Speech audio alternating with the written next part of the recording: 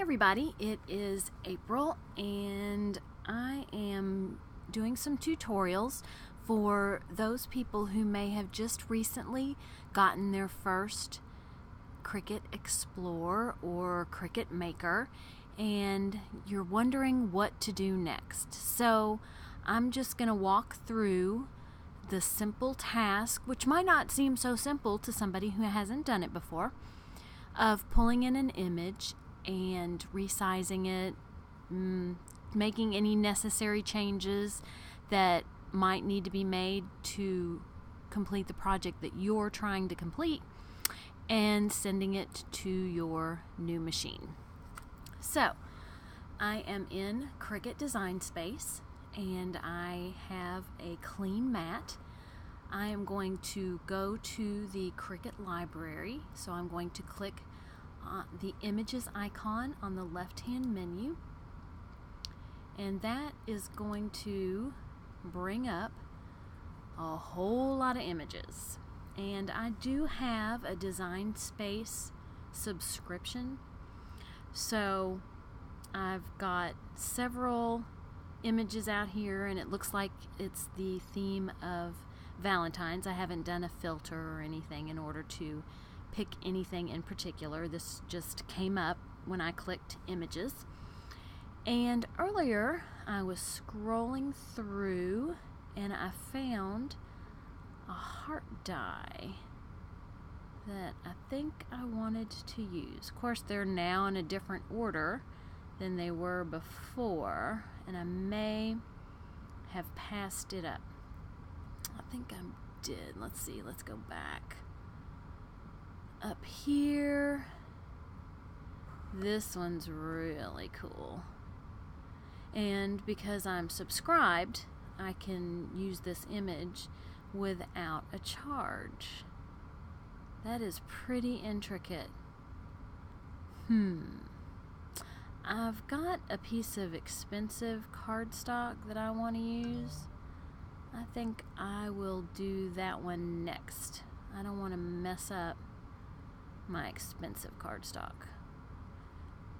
So just in case, okay, I like this one. Now, it used to be when you double click, and I'm pretty sure this is the same, it doesn't take it to a mat.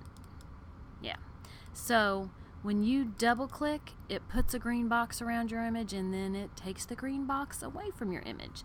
And that allows you to choose multiple images to bring to your mat, and that's why it won't let you double click. So I'm going to click that box so that I can scroll up a little ways and see if there's anything else. I like the X's and O's, but I don't want those in the color of paper I have on my mat, and I like this one. So if you notice, these two boxes are green, both of them. So I'm going to click Insert Images in the lower right hand corner, and that's going to bring both of those images to my mat. Alright, if you look at this one is sized pretty big, and what I want to do is I want to make a card. So I want this image to be no more than 5 1/4, and there are other ways. There are always multiple ways in order to resize an image, but for today's today's tutorial, I am just going to take this double arrow circle and I'm going to make this as small as I want. Okay, so here I've got 5.223 by 1.8. Now, if I click the unlock, then I could resize this and change the dimensions. So here, when it's locked, I just have a double arrow. When I unlock the image, that allows me to drag it and make it longer, which will elongate the image, or bring it out to the side, which will make the image longer but it will distort the image. Now that might be something you want to do. In this case, it's not what I want to do, but you have to click that unlock in order to make that happen.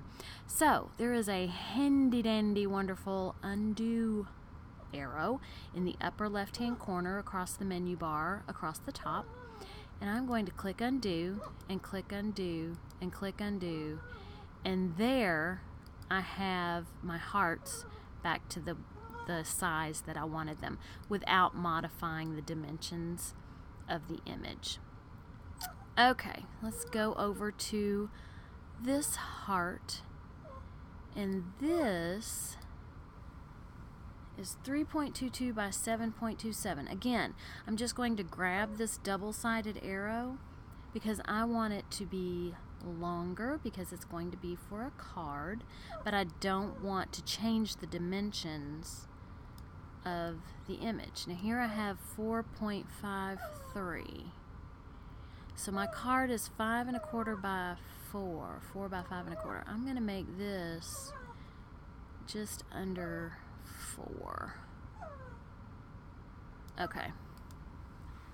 Now this has 2 layers, but I don't want the background layer.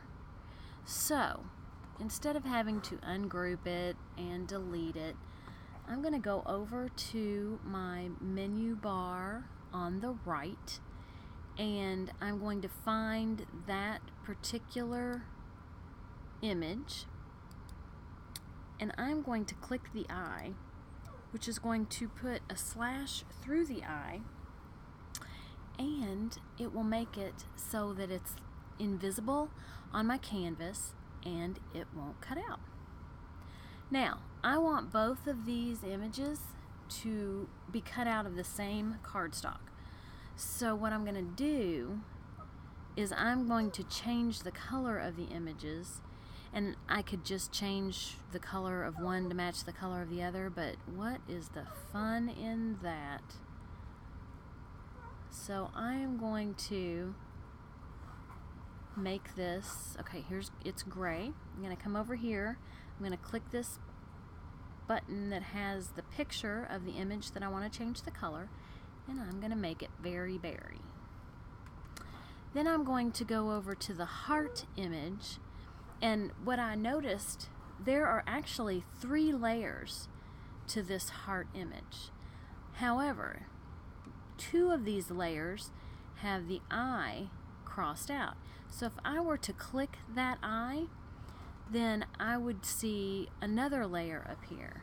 And then if I would click that eye, then I would see the matte for the background appear.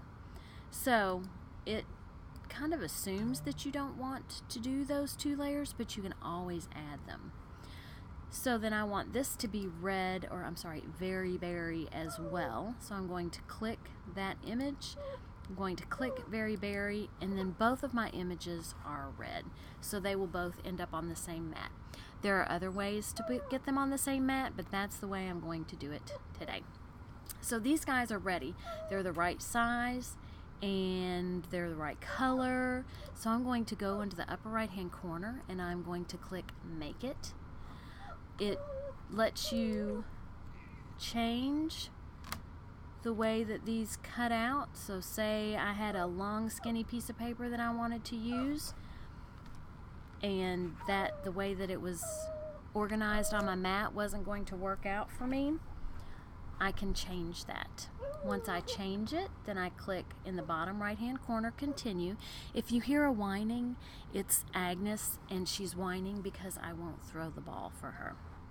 So we will hear that whining throughout the rest of this video, but actually when I get a little break, I'll probably throw the ball.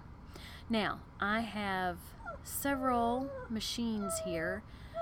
My Maker Bluetooth hasn't been working lately, and I don't have my Maker on right now. So I'm going to click my Explore Air 2 Bluetooth, and it will set about finding that machine. In the meantime, I'm throwing the ball for Agnes,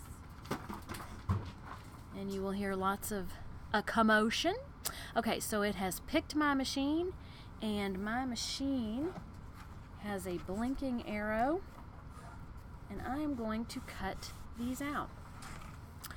Hopefully this was helpful to those who have gotten new machines and don't know exactly what to do with them.